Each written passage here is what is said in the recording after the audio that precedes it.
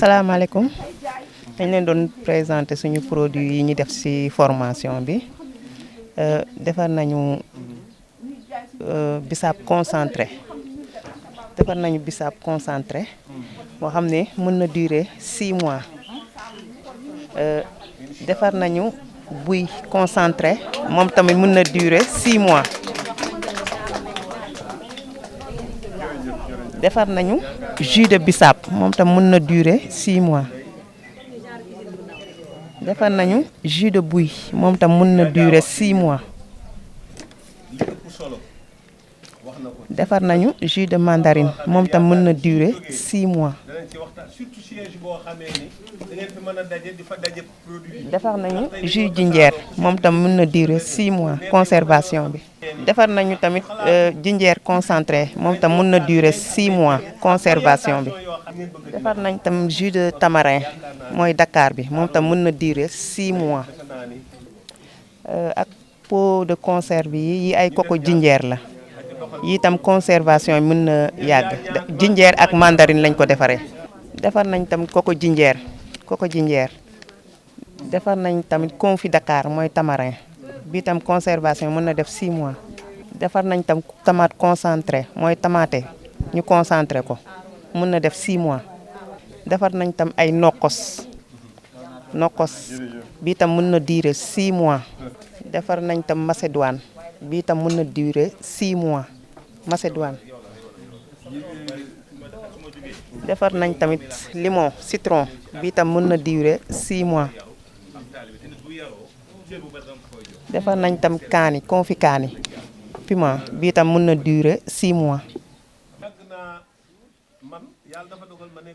bii nii sirop tamarin la Dakar bi tam mën na durer 6 mois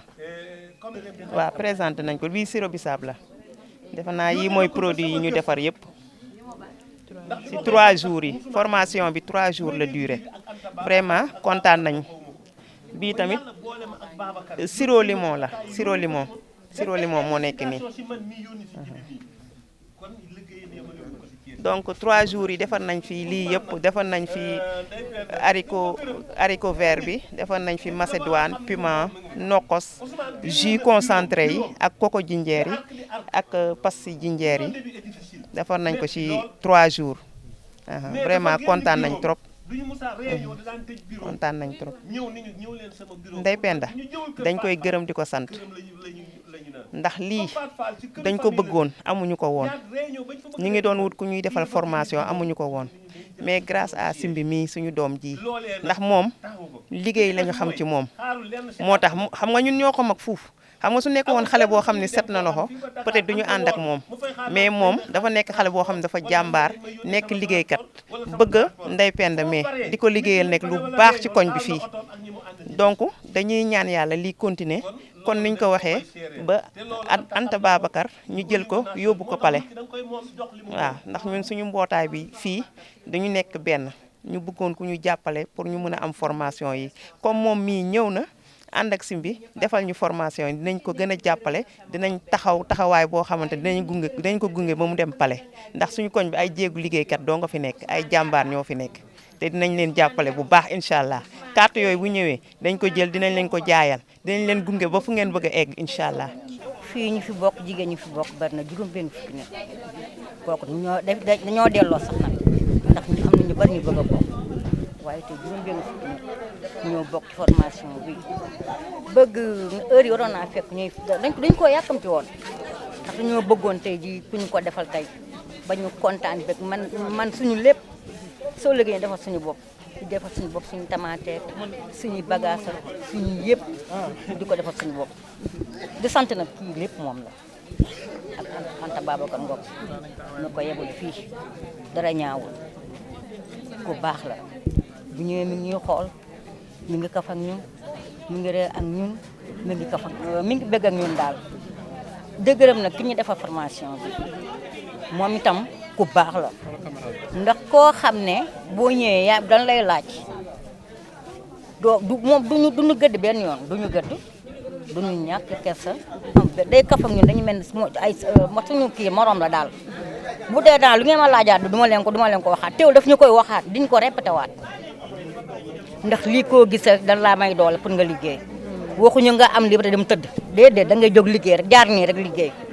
te ki ñu ko defal lii ki ñu def lii defal ñu lii pour ñu dem liggéey ñu topp ci ginnaaw lu mu bëgg ñu def ba kenn arrière nañ avancé rek. tey mën nañoo xam lan ngeen fi def comme maanaam lu jëm ci transformation yan produit ngeen fi am ak lan ngeen fi defar doon ginnaaw ñetti fan formation yooyu. fii defar nañ fi jus defar nañ fi buy defar nañ fi suñuy kaani defar nañ fi suñu jus yi Dakar defar nañ fi suñu façon bépp daal lépp defar nañ ko fi daal clémentine yëpp mi ngi fi limon lépp defar nañ ko fi nokkas lépp def nañ ko fi macha allah yëpp ci ñetti fan yi nag doon jàmbaar nag dëgg yàlla kenn bewul xeexuñu xulawuñu nekk suñu jàmm kaf ak ree man li ñu ma fal man maa ngi ci man maay chef bi te parce que ñu ngi may doog a gis ma rek fal ma maa ngi kontaan ci ñoom nag kontaan xale yi ma fi nekkaloon di leen gëdd ñu leen raxas kaa leen bale ñu nangu ma ko lool xam nga ma fi nekkoon nelaw. waaye maa wax Anta Babacar Ngom ak Ndeye Penda ñi nga Anta Babacar dañ koy ñaanal wér gi yaram ak fan wu gudd lii muy wut te yaakaar ko ci ñun te ñëw di ñu defal lii yàlla na ko yàlla may yàlla nañu ko dégg mu dégg pale kii nag moom dañ ko ñaanal rek moom tam ndax yàqul dara lu ko Anta jox rek mu def na ko ci. jàkkaarloo la caméra lu ko Anta jox rek def na ko ci def na ci lépp dañuy jóg daw suukar mu jóg daw dara mu jóg daw taal oto bi nag daw rek lay def daw ñëw bi ñëpp di ñaanal nag ki ma fi indi mu Seexu Amar Sall moom fi indi nag nama nag moom mii Ndeye Penda bu baax la ku bëgg nit la sama rak yi ci ginnaaw kii Ndeye Anta mi sama rak la mu bëggal ko boppam dara ñaawul dañuy ñaan rek nag nii bu kenn arrière nag kanam rek nag ndax lii nag yombul de lii yombul Ndeye jërëjëf ne Anta Babacar jërëjëf kontaan nañu merci beaucoup. Merci, bonjour à tout le monde. Moi, je réponds au nom de Ramatoulaye Fall. Je suis la vice-présidente de la génération Anta Babacar. Quand on parle de génération Anta Babacar, on fait allusion à la jeunesse du parti alternatif pour la relève citoyenne. D'abord, il faut comprendre que la présidente du moins Anta Babacar a toujours prôné pour la valorisation des femmes, notamment pour l'autonomisation des femmes et pour le leadership féminin. Donc aujourd'hui, si on se regroupe ici à Thiès, sous la houlette de la présidente, Madame Ndeye Penda Diop, qui est la présidente des femmes du parti, pour faire une formation pour les femmes, non seulement du département de Thiès, mais au-delà du département, il y a d'autres femmes qui sont dans d'autres groupements, qui ont rejoint le groupe pour pouvoir bénéficier de ces formations. Donc aujourd'hui, c'est un honneur et un plaisir pour toute femme aujourd'hui d'assister à cette formation. Pourquoi? Parce que nous prenons pour la démultiplication de ces actions au niveau des communes, au niveau des instances, pour qu'on puisse aider les femmes à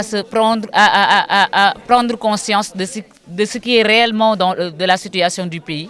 Non seulement ça, mais aussi pour dire à ces femmes qu'ils sont les piliers du développement, mais les acteurs de paix aujourd'hui. Donc il faut se former davantage, essayer d'être outillé, avoir maximum d'outils pour pouvoir gérer d'autres femmes et aider ceux qui sont derrière à venir devant et de se bénéficier de ces avantages. Vous savez, la première chose à faire, c'est déjà un accompagnement technique. Ce qui a été fait aujourd'hui, mais aussi un accompagnement financier, non seulement venant du parti de la présidente Anta Babacar, mais aussi venant de la présidente des femmes, qui aujourd'hui veulent que ces femmes aient une autonomisation financière. C'est-à-dire qu'aujourd'hui, ils peuvent avoir le produit, les vendre et prendre leur prix de revient, en faire d'autres activités ou d'autres formations et bénéficier de d'autres formations, faire d'autres programmes pour pouvoir aider les autres à se former dans d'autres domaines. Je suis Bakka Ndiaye, je suis responsable ARC de zone nord de Taaxi Kaw. Ginnaaw Yàlla rek bi ñu sante Yàlla ci yonent bi sant tamit wax dëgg Yàlla tey lii nga xamante moo ñu fi tax a dañu ci clôture formation bi ñetti fan Yàlla dogal na ça fait 3 jours biñ ko ubbee ak léegi muy formation boo xamee ni ci ndigal ak dooley Anta Babacar Ngom mu may ko jigéeni Thiès mais damay wax ni lii innovation la ndax Yàlla dogal na tey lancement la it lancement bi fan la ko Anta defee muy Thiès rawatina Thiès Nord si ndigal ak ginnaaw suñu responsable national Ndeye Penda vraiment di ko rafetlu ko kon ndax débuté nañ ko si macha allah si bisimilah eggale ko si alhamdulilah gis nga produit yi gis nga formation yi gis nga jigéen ñi macha allah fu nekk waxuma au niveau de la commune nord rek mais si département bi nii fu nekk jigéen jóge na fa tey loo xam ne si ñetti weer ay weer nga waroon a fay